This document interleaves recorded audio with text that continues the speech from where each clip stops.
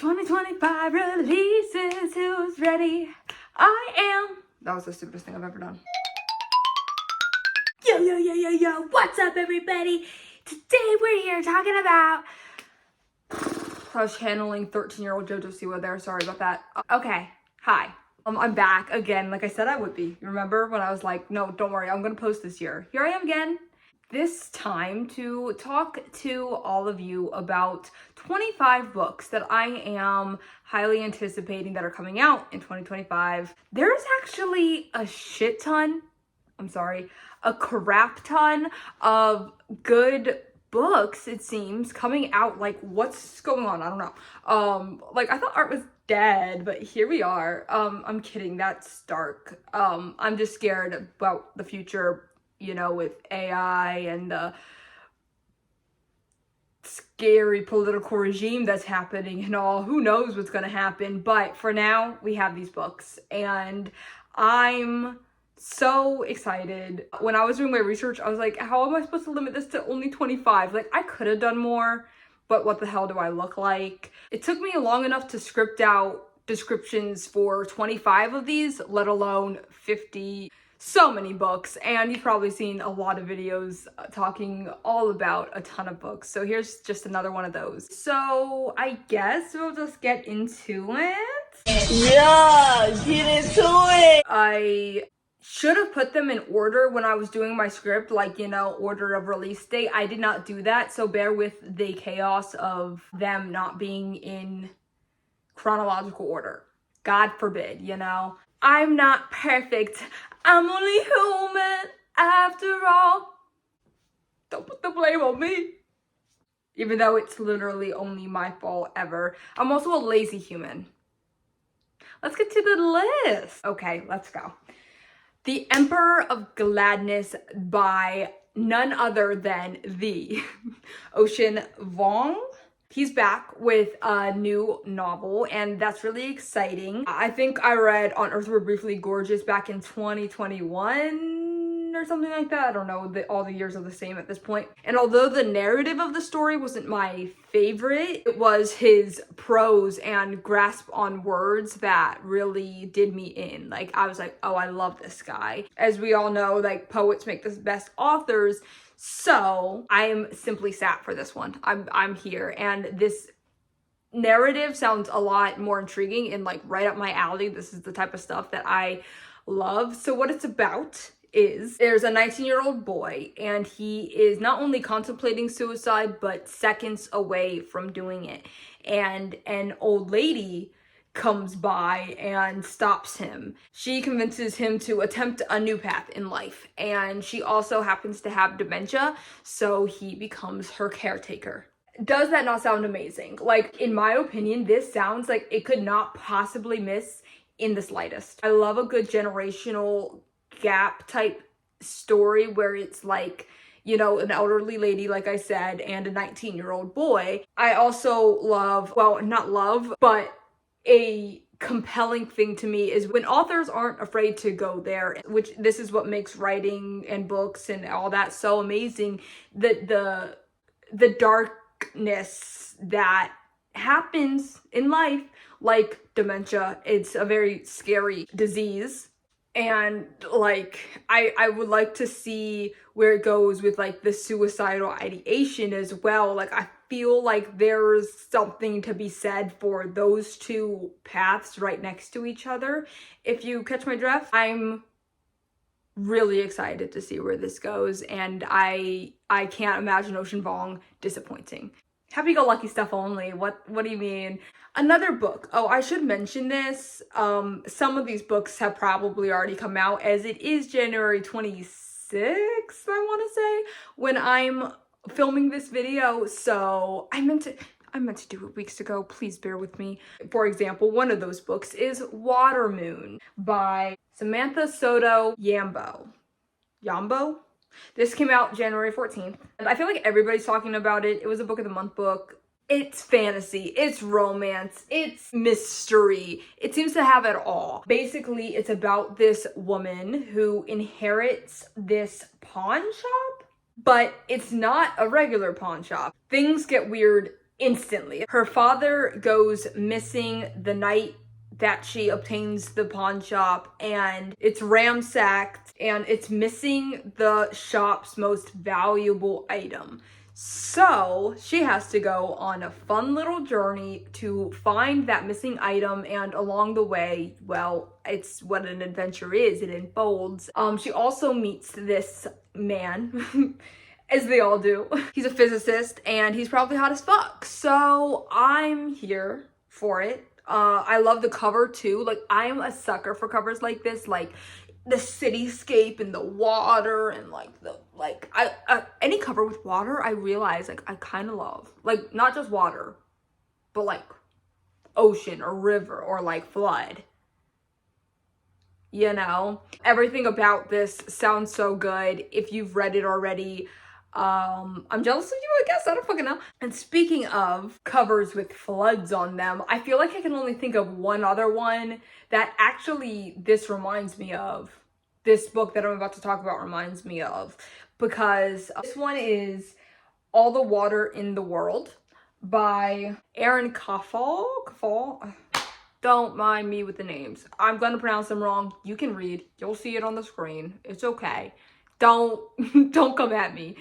This came out January 7th. See, look at that. Another one that's already out. This one reminds me of like that one book, New York 21,040 or something like that, where it's like New York in the future. And this one is exactly the same, and it's one of my favorite, very specific tropes. A niche trope, I don't know what you would call it, but basically like New York underwater. And so this is providing me more of that, and I'm very excited for it. Basically, New York is fucked because of our direct actions, you know, the climate and whatnot. But this follows a girl who has always had an affinity for water. She lives on top of the museum, the American Museum of Natural History, because it's like one of the only locations that's not drowned out. She lives with her family, and basically they have to run away. They have to abandon their post because it's getting worse. The flood walls are breaking, and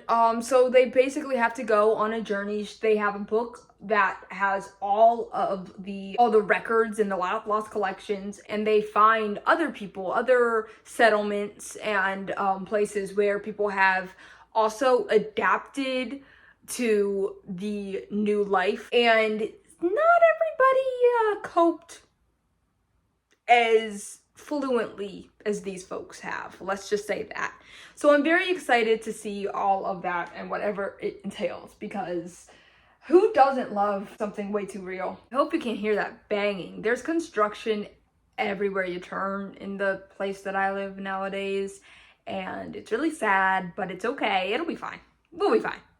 We need all these houses. No, we really need them. Okay, the next book is The Dream Hotel by Laila Lalami. This comes out March 4th. This is a compelling sounding story about a woman who is informed that she will soon commit a crime that is killing her husband. They have the suspicion, whoever they is, because they have been surveilling her dreams. And she gets to this one place eventually where a bunch of women are, and they are also pleading their case. Like, I didn't do that.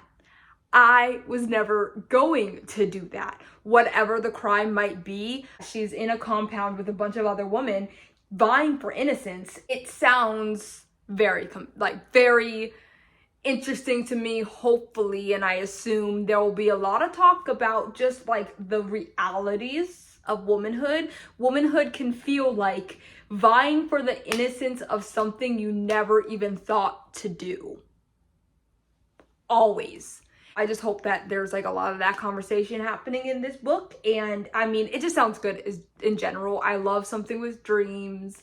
I love maybe a little bit of magical realism in there. I think she befriends, you know, a few of the women and like all that stuff. So I'm really excited for that. The Unworthy by Augustina Basterica.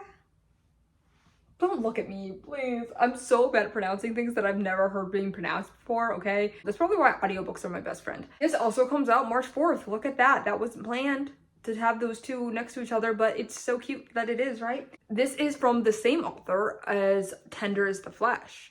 And although that book was all right, this one sounds a lot more interesting, in my opinion. This one sounds a lot more interesting and up my alley. It's a story about a woman who finds herself in a mysterious religious convent while the world as we know it is decimated. It's gone. Another good old dystopia. Lots of dystopias here. I mean, wonder why. She has ambitions of becoming the enlightened, whatever that might mean, even though she has previously been deemed unworthy to ever possibly qualify for that higher status.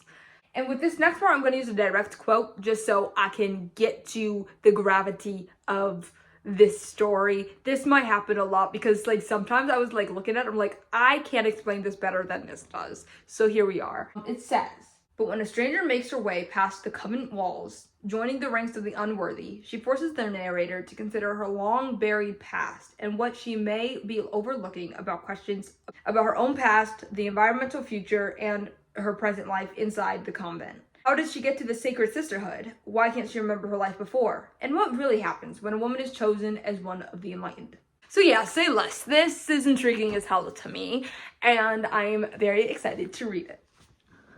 The next book is Blob by Maggie Sue. This comes out January 28th. Seriously, what day is it? Oh, tomorrow. It comes out tomorrow, ladies and gents. If I say January 28th, that means tomorrow. But when I post this, it probably means 5 days ago. Probably means 10 days ago. Let's be real. This one, it's, okay, even better. Like, okay. So this is about a 24-year-old woman who drops out of college, is going through a breakup. She works at a front desk, and one day she reluctantly goes with her coworker to a bar or some shit. I don't know. And while she's there, she drunkenly goes into the alley and meets the Blob. And she thinks he's oh so cute. Probably, I don't know. That's what I imagine myself doing. I'd be like, oh, beep, beep, beep, because she decides to keep him as a pet. And as she nurtures him, he progressively turns into a handsome hunk of a man or some shit. He gains sentience. He becomes hot. That's life. Don't we all? Like, wait, that sounds weird. It's apparently a story of realization and reflection with some sweet, sweet magical realism. What's not to love? This is my jam. This is my Blob consistency ass jam. All right. Comes out tomorrow. That's so exciting. The next book is called Sleep by Honor Jones, and it comes out May 13th. This is about a woman navigating life after a divorce, and I'm gonna use another direct quote because, again, I feel like I can't really explain it as good as this blurb synopsis has given us. Every parent exists inside of two families simultaneously, the one she was born into and the one she has made. 10-year-old Margaret hides beneath a blackberry bush in a family's verdant backyard while her brother hunts for her in a game of flashlight tag. Here is a childhood of sunlit swimming pools and Saturday morning pancakes and a devoted best friend. But her family life requires careful maintenance. Her mother can be as brittle and exacting as she is loving, and her father and brother assume familiar, if uncomfortable, models of masculinity. I feel like this follows the themes that we know and love, you know, girlhood, being alongside boyhood, the family dynamics, just childhood in general, truly, because it seems to just talk of like, yeah, I had a mom, but who was she really and what did I really have? Like, that's what it seems to be giving to me. And also I'm really intrigued by this because it reminds me of a book that I just recently read, which is Mad Woman by Chelsea Beaker. And it was it's about a lot, but one of the big things was just being like, she's a mother now, and when she was younger, she didn't really have a childhood nor a mother to lean on, not in the way that is probably deemed appropriate for a little child. And so when you grow up, you become the mother. Bad Woman by Chelsea Beaker just spoke so much of like what it means to try and live the life you never had, basically, and try to model that for your kids as best as possible, because you know what it's like on the other side. And I think that this might talk about that a little bit too. And I surprisingly haven't read a lot of books like that, but I absolutely love them. It's something I figured out just recently. Like, more of that, please and thank you. Just where it's like, oh, now I'm the one raising the kid, or two. What does, like, how am I going to be different? It's the realization that sometimes it can't be that different. Motherhood is not easy, and it never will be. That's why I'm not a mom. That's why it's never gonna happen for me. The fuck do I look like? I can't even take care of my own self. The fuck? The next book that I have here is Notes on Surviving the Fire by Christine Murphy. This comes out February 25th. This is a mystery thriller novel about two best friends in college, one called Nathan, one called Sarah, and one night when they're partying or whatever, Sarah gets, somebody puts a drug in her drink, she drinks it, and the things happen. I don't know if it is even like a drug in a drink or anything like that, but you know what I'm saying. You get what I'm trying to get at, right? The only person who cares, because she's told people, she's like, can we do something about this that just happened to me the other night? The only person who cares is Nathan, her best friend. And then he is found dead from an overdose of a drug that he swore, for his own reasons, to never touch. So Sarah knows something is up, something weird is going on, and she goes on this journey to figure out what's actually happening, and she finds a lot of other cases that are exactly the same. Every death at the campus seems to lead up to this same conclusion. So yeah, that sounds really interesting to me. And if it sounds interesting to you, pick it up. Okay. The Lamb by Lucy Rose. This comes out February 4th. I feel like everybody's talking about this one, okay? This girl named Margot and her mama live in a forest, and they have for just about all of Margot's life. They wait around, her mom waits around for people that they call the strays. When they come knocking on their door, mama, winds them, and she, makes them comfortable and feel safe, and then she eats them. But then one day a stray called Eden comes by, and things are different with her. And so now they're navigating this weird, atypical family-like structure. And I mean, it sounds amazing. The covers, both covers here, everything. Cannibalism, what's not to love, Tilt by Emma Pate. This comes out March 25th. And it's a story that spans 24 hours. It's about this woman who gets separated from her husband, this pregnant woman who gets separated from her husband after a humongous earthquake in Portland, Oregon takes place. It says, making her way across the records of Portland, Annie experiences human desperation in strangers offering help, a riot at a grocery store, and an unlikely friendship with a young mother. As she walks, Annie reflects on her struggling marriage, her disappointing career, and her anxiety about having a baby. If she can just make it home, she's determined to change her life. So yeah, that sounds so good. And I love a good day-long story. I love those. Just like a 24-hour or 12-hour span. Eat it up every time. I'm kind of hoping that it ends a little open-ended or tragic even, just because I want to feel something. So I have a feeling it will. That's my prediction. I think, anyway. Next, Stag Dance by Tori Peters. This comes out March 11th. This is a novel, as well as 3 novellas by the same person who wrote Detransition Baby, which I have yet to finish, but I do plan on finishing it one of these days. But the main story is about a lumberjack who, and I quote, working in a illegal winter logging outfit, recounts how the lonely woodsmen entertain themselves with a dance of which some of the loggers must volunteer to attend as women. Obsession, repressed desires, and betrayal lead up to the big night as the lumberjack grows increasingly jealous of Lesson, listen.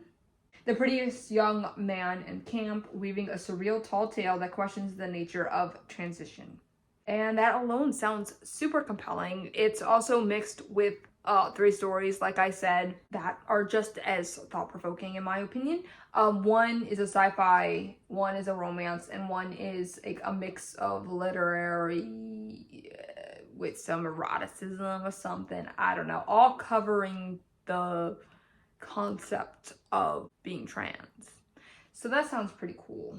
Perfect Day to Be Alone by Nene Aoyama comes out February 11th. This follows a 20-year-old girl named Chizu. She's forced to go live in Tokyo with her eccentric 71-year-old relative. She finds herself going from job to job and failed relationship to failed relationship throughout the passing year. It seems to be about finding your footing and just trying to come out the other end alive, and it sounds really interesting to me. I'm really excited for the eccentric old lady. It sounds like a figuring yourself out through chaos type story, so I hope it lives up to that idea. We Could Be Rats by Emily Austin comes out tomorrow, January 28th. I just realized that. That's awesome. I'll read that eventually. Probably. Definitely eventually, because Emily Austin is an read author for me. And I don't really know that much about this book, I'll be honest. I don't want to know that much because I'm scared it'll make me feel differently about it, but she's gonna be an auto read. I don't want to have any big influence on it. Sometimes reading synopsis can make me not want to read something, you know what I mean? But I do know, I've heard from the grapevine that this is one, like, a little bit more serious than her other ones. Like, I feel like her, like, if you don't know, it's the person who wrote Everyone in This Room Will Someday Be Dead, and Interesting Facts About Space. And I didn't know, like, that latter book, I just have to say, I read it just recently, like December, and it wasn't my favorite. But anyway, so I'm really hoping for this one. And also I read one of her poetry books. It doesn't matter. I also didn't really like that one that much, but I think I'm gonna really like this one because it does cover, I think that maybe the main character or somebody like has suicidal ideation type thing, so it's a little bit more serious than her other books, and like the tone reflects that as well, which it honestly excites me because it's clear that Emily Austin can, like, the way she writes characters is very like character study-esque, which is what we all live and breathe for. At least that's what I live and breathe for. Like, that's my favorite type of literary fiction, when they can just give you like, oh, that person just came to life, like that's an actual person who lives. And I think Emily Austin is good at that. And so I'm really excited to see where this goes. I have no clue what it's about, like I said, and I really love this cover. I can't lie. Like, this is actually a really good cover. I feel like it's very misleading, though. I could see people thinking, like, it's like a romance or something. It's not, I don't think. I don't think there's any romance in it, but what do I know? Idle Grounds by Crystal Bamford. This comes out this day. I didn't write down what day it comes out, so it comes out this day. You'll know, don't worry. The Power of Editing. This is about a group of cousins who get lost in the woods. And yeah, just hear this, okay? The more the children search and the deeper they walk, the more threatening the woods become and the more lost they are. Caught between their aunt's home in the present day, their parents' childhood home just through the trees, and the memory of the house their grandmother grew up in. Soon, what began as a quest for answers gives way to a journey that undermines everything they've been told about who they are, where they came from, and what they deserve. What? You mean like a little family mystery secret? Oh, yeah, that sounds so good. That's I love kids getting lost in the woods. Oh, this one I'm really excited for too. Elegy Southwest by Madeline Watts. This comes out February 16th. It's about a married couple who goes on a road trip, one of my favorite tropes, and they follow the Colorado River, traveling through Utah, Arizona, California, and Nevada, while wildfires are rampant, and they are attempting to fix the dumpster fire that is their relationship. The blurb says it's for fans of Rachel Cusk as well as Sigrid Nunez, and I'm like, hey, hi, hello, that's me. I love both of those two, and I love stories like this. What's not to like? A fucking road trip while people are fighting. It says, Elegy Southwest is a novel which entwines a tragic love story with intelligent and profound consideration of the way we now live alongside a mental breakdown. An elegy for lost love and for the landscape that makes us. So of course, I'm sad. I'm here for this book. I'm here for all of them. That's why we're here in the first place. Okay. I'm back. Okay, and so is Maud Ventura. So is Maud Ventura back with another book, Make Me Famous. May 13th is when it comes out. Maud Ventura is the same person who wrote My Husband.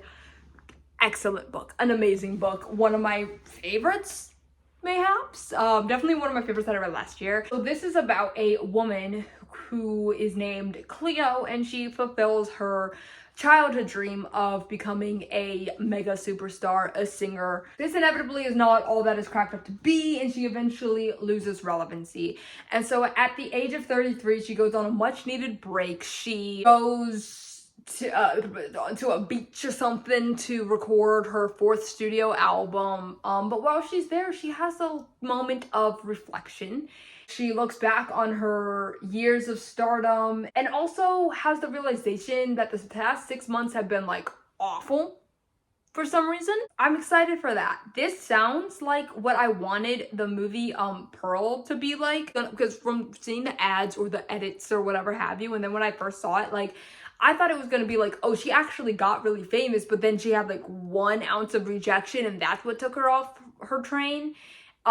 So I hope that this goes, like, I mean, obviously it goes all the way where she does become a superstar, but then what happens after? What happens then when you finally reach stardom and you realize it's not what you needed or wanted? So I really hope it goes there, talks about that. Like I said, same author of My Husband. Her writing is very addictive, in my opinion, at least that book was, and so I assume this is gonna be a lot of the same, and therefore I'm very excited. But you know who else is back? Say with me, ladies and gents. Sayaka Murata, Sayaka Murata. That was so obnoxious. Vanishing World by Sayaka Murata, okay? This comes out April 15th. Yes, she's the same person who wrote Earthlings, Convenience Store Woman. Oh yeah, Life Ceremony. Short story collection. She's also an read author. And here we are again. And she is such an out-of-the-box ass motherfucker. And for that, we respect her. We love her. Okay? So this is no different than her other books. This is about where Japan is... It's basically obscene and taboo to procreate with your husband from copulation, and everybody is artificially inseminated. So that's cool, but the main character, Amain, she can't deny her natural urges. She can't deny her curiosity, and she eventually, with her husband, goes to this newfound order / world / goes off with her husband to the secretive new town that's called Paradise Eden, where mothers communally raise all of these kids and the fathers give birth. Big day for people who want to breed their husbands, am I right? Up top. I'm kidding, that was a joke. That's not my thoughts, but I know it's some of yours. I know it's some of yours. Isola by Allegra Goodman. This comes out February 4th. This is about an orphaned girl who is marooned on an island with her lover. I'm gonna recite it, what the blurb says, because I don't want to come off as incoherent, even though I've probably been doing that this entire video. I don't really give a shit. I do care though, and whenever I say I don't care, just know that I do, unless I don't. Heir to a fortune, Margaret is destined for a life of prosperity and gentility. Then she is orphaned, and her guardian, an enigmatic and volatile man spends her inheritance and insists she accompany him on an expedition to New France. Isolated and afraid, Margaret befriends her guardian servant, and the two develop an intense attraction. But when their relationship is discovered, they are brutally punished and abandoned on a small island with no hope for rescue. Once a child of privilege, dressed in gowns and laced pearls in her hair, Margaret finds herself at the mercy of nature. It's a tale about survival and love, taking place in the 16th century. Once again, I am here. I am sat. Say less. And apparently, I think I read this vaguely somewhere. It's like based on a true-ish story.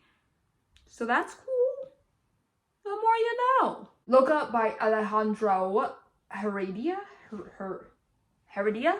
This comes out February 11th, and here we follow two Afro-Caribbean friends who attempt to find solace in New York. Another one that I just gotta let you know what they say, because like it's gonna get messy if I try to describe it, and the details are important, okay? So, Cheryl left Santo Domingo to escape the life of domesticity that was all but guaranteed for a woman like her, but soon finds herself in the exact situation. She tried to partner to a controlling man, mother of a young child, and working long hours as a cashier. Sal, on the other hand, fled Santo Domingo after an unspeakable tragedy, hoping that the distance would allow him a fresh start. But trauma keeps him in its grips, and he's unable to move on. With both friends feeling the same pressures in New York that forced them from their homes, a chance outing at a gay bar introduced Sal to Vance, an African-American gay man whose romantic relationships with Sal challenges him to confront the trauma of his past. Sounds very good, yet I am trepidatious a little bit to be into this story. I feel like it will get a little hard sometimes, like, you know, dark, but here we are. Like, that's life, you know? All right, Exit Zero. This is a short story collection by Maria Helen Bartino, the same person who wrote Beautyland, which I really enjoyed. It's clear that this author has an interesting mind, so I wanted to see what else she has in store, and this one seems to focus a lot on like the magical realisms of this world, and I mean so is Beautyland a little bit, so it makes sense, and the horror types and everything. So vampires, ghost girls, fathers, blank spaces, day-old peaches, and famous paintings all pierce through the world into ours, reminding us to pay attention and look alive. So here we are. I'm paying attention. I'm looking alive. I'm ready for this short story collection. It comes out this date. I didn't write the date on. The Girls Who Grew Big by Leila Motley. Okay. This comes out June 24th. It's by the same person who wrote Night Crawling. That book's over there. It follows a group of outcasted pregnant teenage girls who live in Florida. Or, I'm sorry, they're not all pregnant, they're just mothers, but they're teenage mothers. It sounds like a very character-driven story, which I'm really excited for, following these girls that are going through the unthinkable, like to be so young and having to care for another, I can only imagine. And they all have their own stories. It says, Adela meets Emery, who brings her newborn to high school, determined to graduate despite the odds. Simone, mother of 4-year-old twins, weighs her options when she finds herself pregnant again. And the rest of the girls, a group of outcast young moms who raise their growing brood in the back of Simone's red truck. The town thinks the girls have lost their way, but really, they are finding it. Looking for love, making and breaking relationships, navigating the miracle of motherhood and the paradox of girlhood. Say less. That sounds super good. The cover's really pretty, and I'm here. I'm sad. A House for Miss Pauline by Diana McCauley. This is about a 99-year-old Jamaican woman who starts hearing mysterious voices, and her house is creaking in ways that it never did before, like rattling in the middle of the night, and this makes her aware of the fact that she's not going to make it to her 100th birthday. With the help of her granddaughter, she unleashes and avenges her secretive past and her ancestors' pasts. It sounds so good, and apparently the lady in this, she's like also like badass. Like she's known to be just like super cool, and she has like a super successful ganja farm, which is how she makes her money. And so yeah, it sounds super good. I'm really excited to read this one. Okay, this one confused me because it's called The Immaculate Body, but it's also called Creep. I guess it's called both things depending on where you're from, maybe. But it's by Emma Van Straten, and it comes out February 6th. And it's a good old obsession book. Say less, say less. Another one of my favorite tropes, you know, obsession. So basically, a woman called Alice and a man called Tom have so much in common. They live in the same flat and they have a deep connection. They've never met before. She knows everything about him, but they've never met before. She also cleans his house once a week. That's how she knows things, but he doesn't. Say less. But I digress. It says, Alice spirals deeper into infatuation, imagining a love so powerful it might erase a lifetime of self-hatred and loneliness. But as Alice prepares for the moment when she and Tom will finally meet face to face, she discovers that love might not be the cure she thought it was. Instead, their coming together sets off a chain of events that shatters everything Alice thought she knew and burns her world to the ground.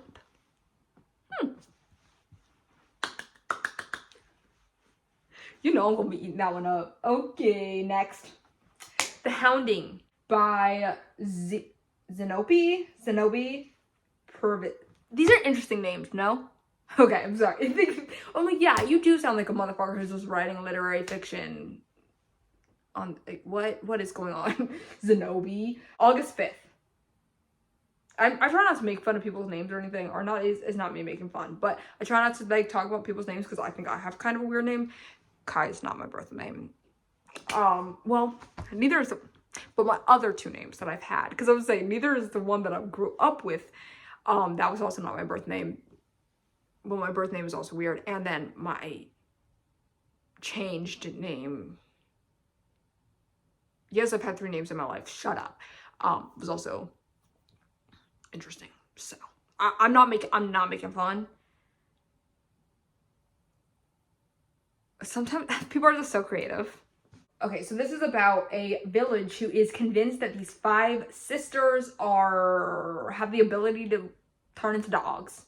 One of the villagers claims that they have seen it happen. Then this group of sisters, the Mansfield sisters, they were never very liked nor understood by the group, so it's a very easy belief to be like, they're dogs. Everyone believes the fears and they want to scream out witchcraft, but it's like at the dwindling of the witch trials and such. So it's like, well, okay, we understand our stupidity with witches, but are they witches?